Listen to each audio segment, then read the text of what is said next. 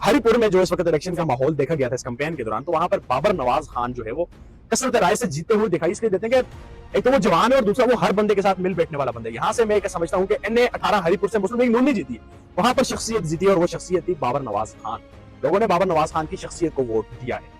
अब यहाँ पर उमर अयूब साहब अगर खान के कहने पर बाइकआउट कर देते तो उमर अयूब साहब की तो सियासत मिट्टी में मिल जाती, उनका जो हरिपुर में जो होल्ड था वो मिट्टी में मिल जाता।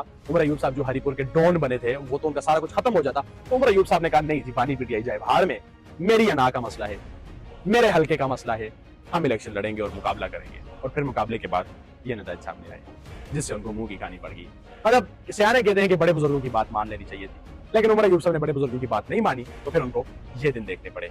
आप जरताज गुल साहिबा वाला हाल का देख लो, तो वहां से वो भी नाअहल हुई थी, उन्होंने इलेक्शन का बाइकआउट किया, उन्होंने इलेक्शन कॉन्टेस्ट ही नहीं किया। तो जिसने जीतना था उसका फैसला तो पहले से हो चुका था, तो जो जीता है उसका फैसला आपके सामने है, इसीलिए उन्होंने जो है वो इलेक्शन का बाइकआउट किया हुआ था। अब की बार इस बार जरताज गुल साहिबा वहां से इलेक्शन लड़ती या अपने किसी कैंडिडेट को इलेक्शन लड़वाती तो रिजल्ट तो यही आना था, लेकिन उनको कम से कम मुंह की तो नहीं खानी पड़ी, तो वो पहले ही साइड पे होगी। लेकिन हमाद अजहर और उमर अयूब की जो जिद थी उनकी अना को तस्कीन नहीं थी। हमाद अजहर ये समझ रहे थे कि उनके वालिद मरहूम की हमदर्दी का वोट उनको भी पड़ जाएगा, लेकिन बदकिस्मती से हमाद अजहर साहब को उनके वालिद मरहूम की जो है वो लोगों की जानब से हमदर्दी का वोट भी नहीं पड़ा।